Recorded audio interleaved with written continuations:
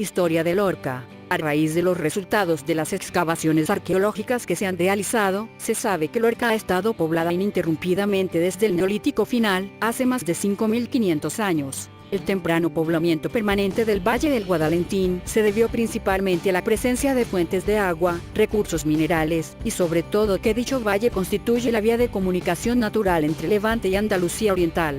Dentro del Valle del Guadalentín el Cerro de Lorca ocupa un lugar privilegiado, pues su orografía facilitaba enormemente la defensa, y su preponderancia en altura otorgaba un control absoluto sobre lo que ocurría en el valle. Estos factores aceleraron el asentamiento en Lorca desde tiempos tan remotos, y se manifiestan los abundantes restos arqueológicos que en la actualidad se documentan en Lorca, que se ha convertido en el municipio con más yacimientos arqueológicos localizados en la región de Murcia. Edad del Bronce. Columna miliaria de la Vía Augusta en el casco antiguo de Lorca. En la falda del Cerro del Castillo y bajo el casco urbano está documentada la existencia de los restos de una importantísima población de la cultura del Argar. Junto a estos vestigios hay repartidos por el término municipal importantes evidencias de poblamientos de la cultura orgárica de carácter rural, dependientes del núcleo principal, como los poblados de los Cipreses, Cerro de las Viñas en Coyo, el Rincón de Almendricos.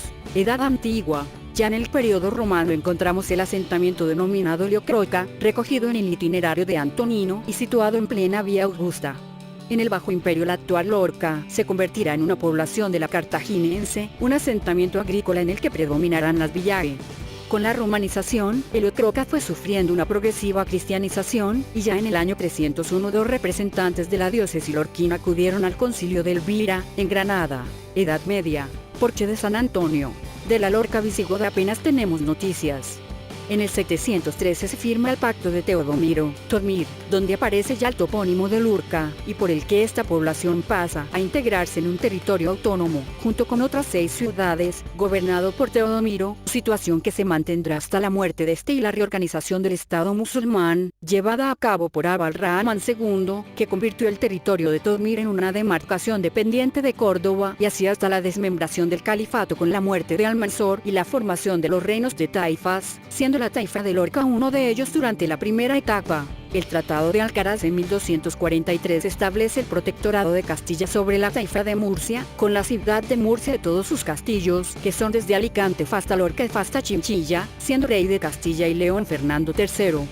Su hijo y heredero, el infante Alfonso, futuro Alfonso X el Sabio, conquistará, en 1244, Lorca. La torre del homenaje de la fortaleza de Lorca se llama Torre Alfonsina en honor al rey castellano, ya que las élites musulmanas lorquinas no aceptaron las capitulaciones de Alcaraz, aunque tras el asedio del infante, finalmente fueron acatadas y el castillo cedido a los castellanos. En aquel momento, la ciudad continuará, como en época árabe, su papel de cabeza de una rica comarca agrícola y de importante actividad artesanal, pero la frontera frente a los territorios todavía musulmanes situados al occidente de Lorca dificultará el desarrollo económico. Durante la Baja Edad Media, Lorca fue una peligrosa ciudad fronteriza, punta de lanza del cristiano reino de Murcia, perteneciente a la corona castellana, frente al reino nazarí de Granada. Así, Lorca va a ser la llave del reino, pero también la base de partida para incursiones a territorio enemigo. Será la batalla de los Alporchones, en 1452, la que defina los enfrentamientos en la frontera lorquina en el reinado de Juan II, quien 10 años antes concedió a Lorca el título de noble ciudad. El Renacimiento. Colegiata de San Patricio. Concluida la Guerra de Granada y desaparecido el peligro musulmán, la ciudad cambia de fisonomía. Se llevarán a cabo reformas urbanísticas y se desarrollará el comercio y la explotación del campo de forma continuada. Las numerosas obras públicas que se efectuaron atrajeron obreros y canteros de otros lugares, produciéndose una considerable corriente de inmigración que aumentó la población hasta los 8.000 habitantes. Entre las nuevas construcciones destaca la Colegiata de San Patricio, erigida en 1553, que será el centro religioso de la ciudad, pero también numerosos conventos como los de la Merced, Santo Domingo y San Francisco. Tiempos difíciles. Con el siglo XVII, Lorca se va configurando como una urbe moderna, pero no descuida sus posiciones defensivas, sobre todo en la costa, ya que el peligro turco y berberisco amenazaba continuamente el litoral, sembrando la desolación y cautivando a los habitantes de la zona. Este siglo será testigo de la expulsión de los moriscos, la epidemia de peste, en la que murió la mitad de la población, y las sequías y las plagas de langosta. Pese a ello, a partir de 1660 se inició un despegue espectacular y asistimos a su recuperación. Muestra de ello es la construcción de nuevos edificios, entre los que destaca el Palacio de Guevara. Hacia la modernidad, el siglo XVIII tiene una importancia vital para la ciudad, al ser una de las comarcas favorecidas por el reformismo borbónico. Lorca se configura como una ciudad moderna, perdiendo sus caracteres medievales. La población crece, se extiende y se instala en los barrios periféricos de San Cristóbal y San José. La muralla desaparece, lo que es indicativo de mayor seguridad. El comercio de la Barrilla hace que se instalen en Lorca y en el puerto de Águilas importantes casas de comercio, lo que desarrollará la burocracia y el funcionariado, y un buen número de obras públicas, convirtiéndose la ciudad en refugio de pintores, escultores y grabadores que despliegan en ella su actividad artística. Grabado del Pantano de Puentes tras su rotura. A comienzos del siglo XIX contará con un modelo socioeconómico que será el de una comunidad preindustrial caracterizada por el predominio del sector primario y el fuerte aumento de la población. Pero la rotura del Pantano de Puentes, el 30 de abril de 1802, destruyendo la parte baja de la ciudad llamada Puerta de San Ginés y casi todo el arrabal de San Cristóbal, la Guerra de la Independencia y las epidemias de fiebre amarilla, así como las pertinaces sequías, en tiempos de la regencia de Espartero, trajeron consigo el hambre y la emigración de más de 12.000 personas. Además, la desaparición del comercio de la Barrilla privó a la comarca de uno de sus más saneados ingresos. En este siglo el término municipal de Lorca va a sufrir considerables variaciones. Si al comienzo de la centuria engloba los municipios de Águilas, Puerto Lumbreras y parte del de Mazarrón, al concluir el siglo se configura con la misma extensión que posee en la actualidad. En 1865 llegará a Lorca la primera máquina de vapor. El ferrocarril Alcantarilla-Lorca, inaugurado en 1885, y el Baza-Lorca, 5 años más tarde, van a suponer la integración de la comarca en el mercado nacional, posibilitando el movimiento de los minerales de los yacimientos litorales y de las minas de azufre y manganeso del interior. La restauración lleva aparejada un periodo de prosperidad y de calma política. La ciudad se embellecerá con las glorietas de San Vicente, del Teatro y Colón, con la construcción del Casino Artístico y Literario en 1885, del Teatro Guerra en 1861, de la Plaza de Toros en 1892, etc. El siglo XX.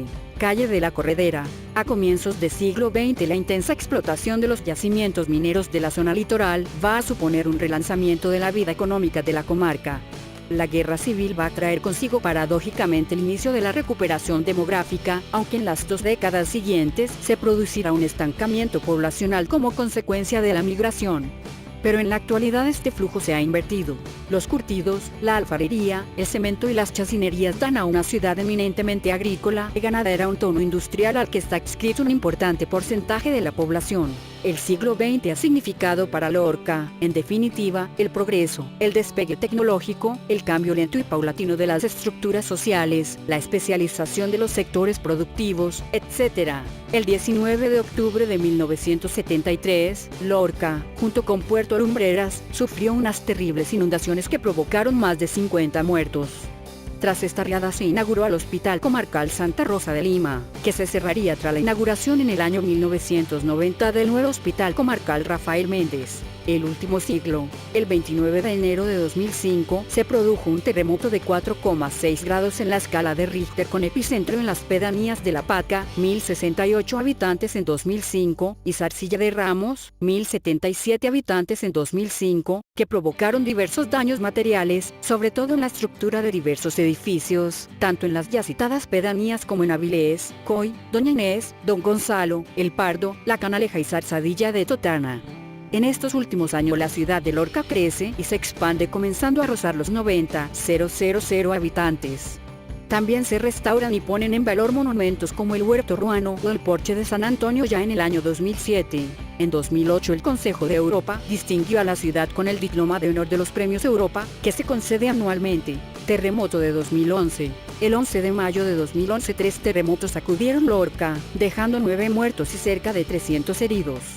El primer seísmo, de magnitud 4,5, se produjo sobre las 17:05 horas y pudo sentirse en gran parte de la región de Murcia como Cartagena, Águilas, Murcia, Mazarrón, Alhama de Murcia e incluso en numerosos municipios de Albacete, Jaén, incluida la capital y Andújar, Almería y Alicante.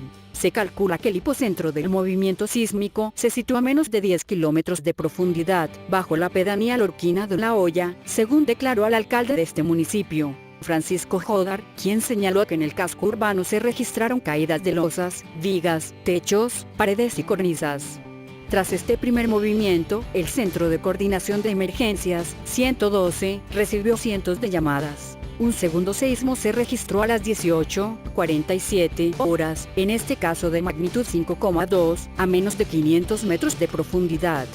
Diferentes edificios sufrieron daños, como el campanario de la iglesia de San Diego, el crucero principal de la iglesia de Santiago, el campanario de la iglesia de la Virgen de las Huertas y la torre del espolón del histórico castillo, que se desplomaron de forma espectacular.